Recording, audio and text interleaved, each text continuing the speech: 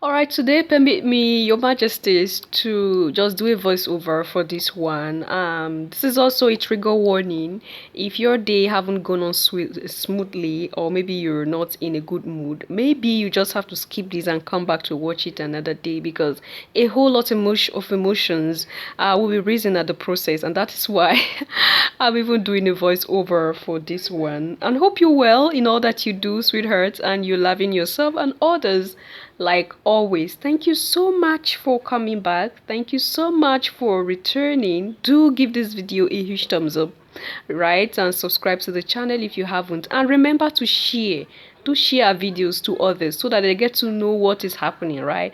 The story of Patrice Lumumba is a story of Alkebulan, a story of betrayal. Betrayal in the sense that the Western world, the Western government, the Europeans or whoever wouldn't have that upper hand to do what they did to him if someone from the inside was not working with them.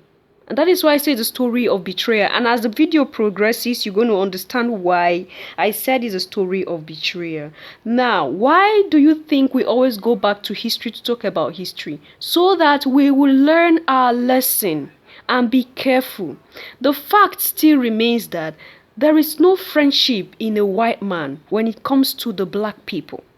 When you think you have a friend in a white man, you have to sit and think again, because this story is going to unfold a lot of things, open your eyes to a lot of things that you might have not known, right? It's a story of wickedness. And from this story, you will see that the black man, like I said, do not have a friend with any white man. So in conjunction with the CIA, the British intelligence, the Belgian military, and with the help of a fellow black man, Patrice was murdered in a very abominable way in 1961. What was his crime? His crime was he was struggling for the betterment of his own people. He was struggling for the independence of his own people, for the future of his own people. That was the only crime that Patrice Lumumba committed. Lumumba, the Pan-African with his MNC party, won a surprise victory in the first free elections. The Belgians reluctantly handed over the government to him. His closest rival, Kasavubu, became president of the young independent states. We are honored to present to the Parliament of the Congo the first Congolese government as follows. Prime Minister and Minister of Defense, your humble servant, Lumumba. The first clash came at the independence celebrations.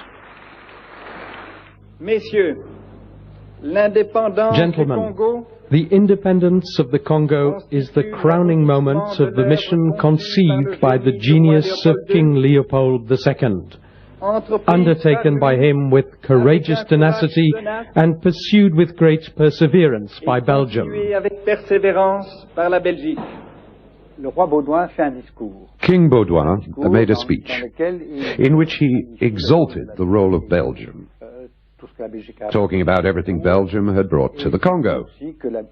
He said we had arrived at a moment when Belgium had decided to grant the Congo its independence, and that this was well and good. I would say it was a classic speech for such circumstances. Kasavubu made a speech thanking King Baudouin. He talked about the Congo and the future. It was a good speech, too. Lumumba hadn't been scheduled to speak. The whole international press was there. Suddenly he got up, walked to the tribune, and made a speech. Lumumba's speech came as a shock. Nobody was expecting it, and it shocked lots of Belgians. He systematically condemned Belgian colonization. He repeated all the harshest anti-colonial accusations. We'd cut off people's hands, we'd enslaved them, and all that sort of thing. You who have fought for independence and are today victorious, I salute you in the name of the Congolese government. I salute all my friends who fought relentlessly at our sides. We have been subjected to insults and sarcasms, to the blows we had to endure from morning to night just because we were Africans. We learned that the law was never the same according to whether it was applied to whites or blacks. Who will ever forget the shootings or the barbarous jail cells awaiting those who refuse to submit to this regime of injustice, oppression and exploitation?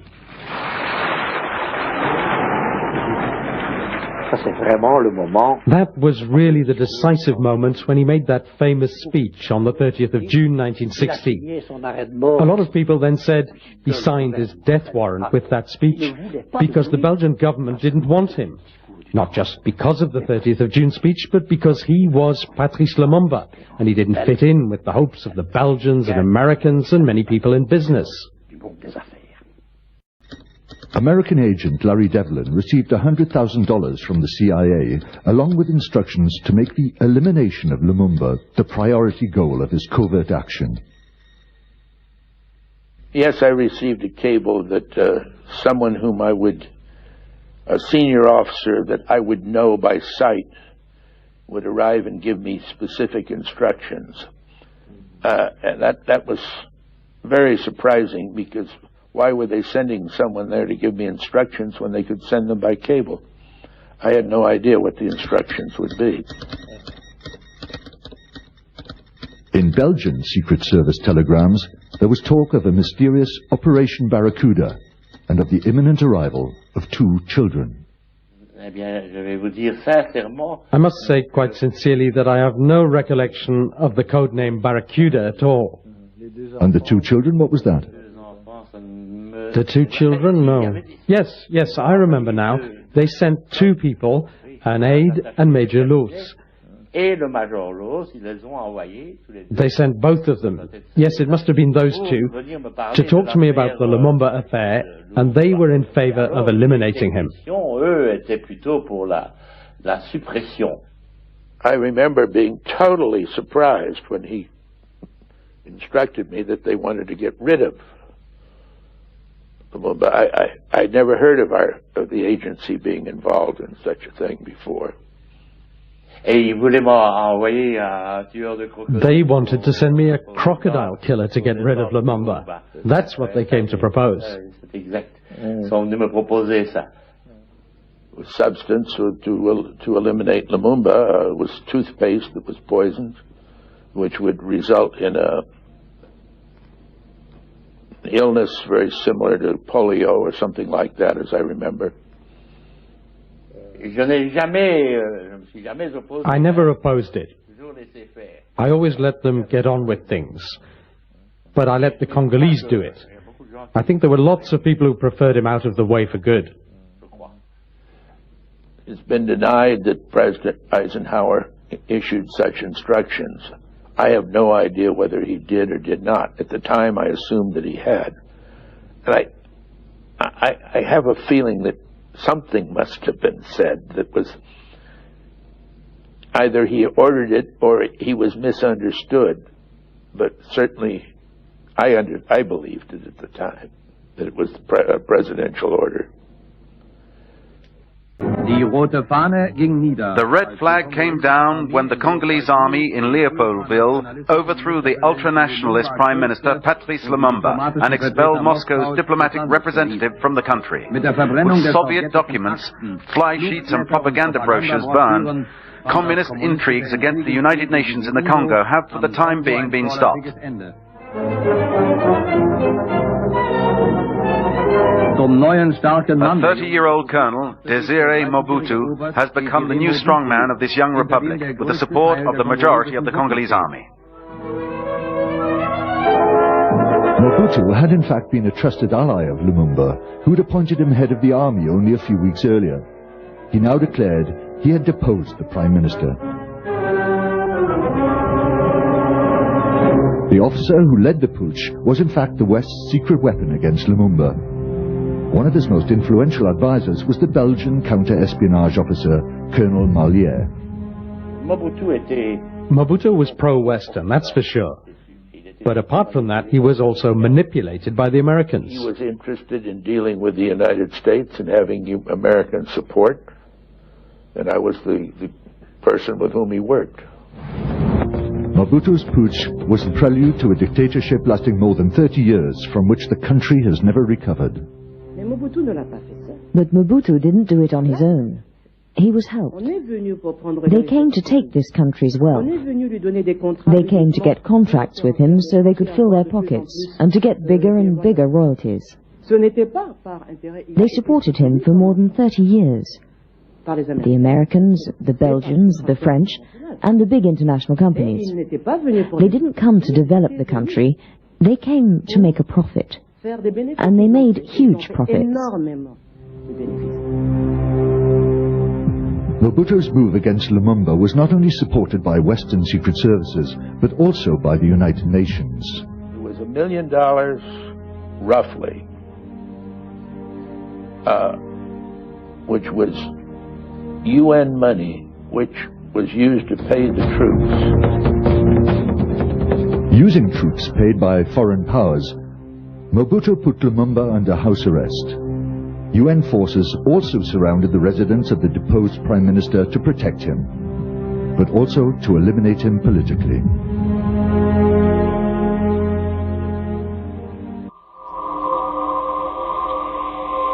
Lumumba broke the siege and tried to take his family on the 2,000-kilometer drive to Stanleyville, where a pro-Lumumba counter-government had been formed. But his very popularity was to become his undoing.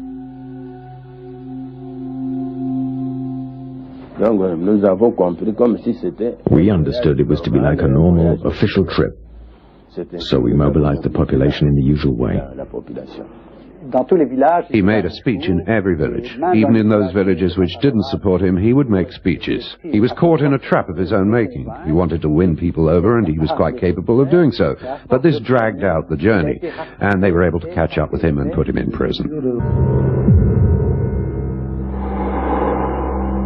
Late in the evening of the 1st of December 1960, Lumumba crossed the Sankuru River by boat and appeared to have reached safety. But the ferry boat bringing his family also brought his pursuers. At the last moment, Lumumba managed to escape by driving to a UN position. The UN troops from Ghana had always been on his side, but this time the door stayed shut. Any intervention on behalf of the fugitive had been explicitly forbidden by headquarters. We had only agreed to provide him protection in the house. If he wanted to go out, then he had to tell us he's going out, where he is going, how he's going. Then we would have to decide how we are going to protect him.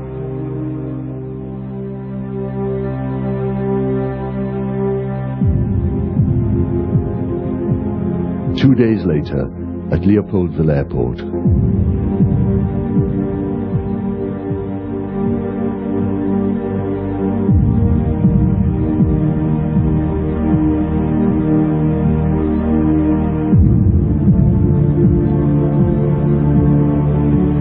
Mobutu had told the international press to come to the airport. Photographers and camera crews from the West were to witness the abuse and humiliation of the great Lumumba.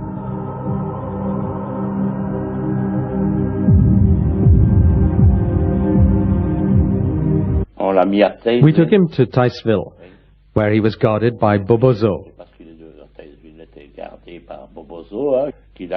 And then one day we said he was trying to escape, and that's when Ndaka took things in hand to get him sent somewhere else. Victor Ndaka had once been a close friend of Lumumba's, his representative at the head of the party. Now he became Mobutu's security chief, responsible for capturing his former party comrades. On the 13th of January, there was what you would call a mutiny at the military camp. The army was divided. There were pro-Lumumba and anti-Lumumba factions. General Bobozo said to Mobutu, "I can't guarantee his security anymore. You'll have to take him off my hands. Put him wherever you like, but he must leave this camp because I can no longer vouch for the troops stationed in Thizville." We alerted everyone we could and said, be careful, he's quite capable of coming back to Leopoldville with the tanks from Tisville, because he was capable of stirring up the troops and getting them behind him. Everyone was given their assignment. Mine was to go to Tisville, get the prisoners, and from there take them to Moanda. It was only when we were in the plane that Lumumba realized what was really going on. Two of Lumumba's close political allies were also on board, Ministers Mapolo and Okito, who were also to share his fate. I wasn't interested. I washed my hands of it, and that was that. The destination of this carefully planned trip was Katanga, where Lumumba's deadly enemy was waiting for him. I was told to ask Chombe if he would take delivery of the parcel. Malia used the Belgian Secret Service's radio connections for his secret message. But who did he speak to? Commander Verdict. He was the one who answered. The first message, which I received at the end of the morning, was a message which had clearly come from Colonel Malière, saying, request agreement from the Jew to receive Satan. Yes, those were code words. We didn't speak openly. The Jew in my coded language was Chombe. And Satan for Lumumba. And let me point out that these code words were chosen by Colonel Malière and not by myself. For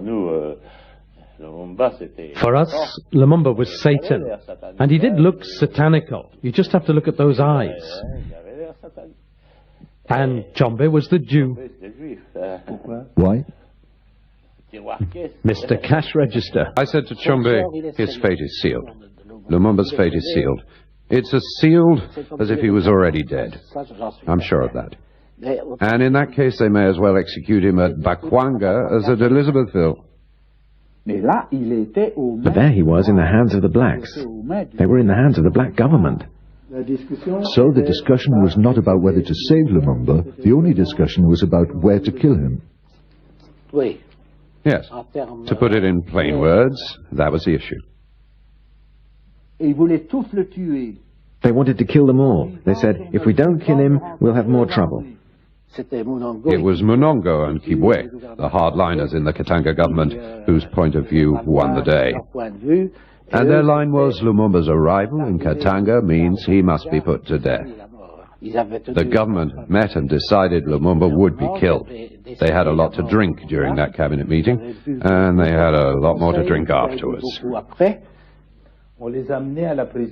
They took them to the presidency, to Chombe's residence. It was already evening, about 8 o'clock, 8:30, and from the presidency they went to the place where they were executed.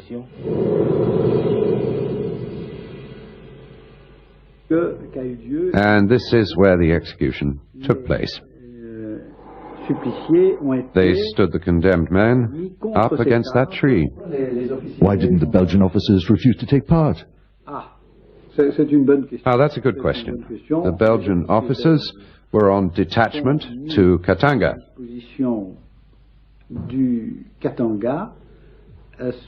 They carried out the orders they received from the authorities they had been seconded to. We dug a hole and we put them in front of it. We shot them and they fell into the hole. This is the tree they were stood up against. And here are the famous bullet holes.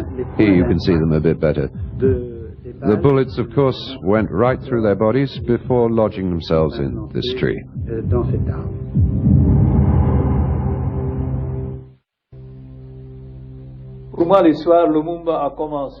For me, the business with Lumumba started the morning after the execution. The man in charge, the Belgian, called me into his office and said, "Okay, are you going to take care of this?" And I said, "All right, but what do I have to do?" The Katangans denied he was dead. They denied everything. It was absolutely crazy. We cut the bodies up into pieces. They were buried twice.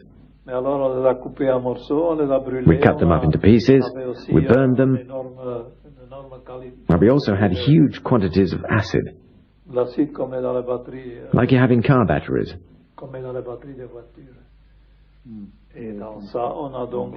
So most of each body was dissolved.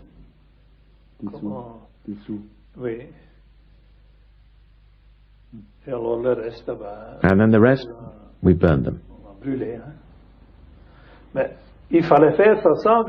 But we had to do all this without the black scene, in the middle of the forest. That was a problem too. There were two of us, just the two, and we had to do all that on our own. Get the three bodies out of the ground, cut them into pieces and destroy them, and nobody was to know about it. And nobody did. Nobody knew what happened.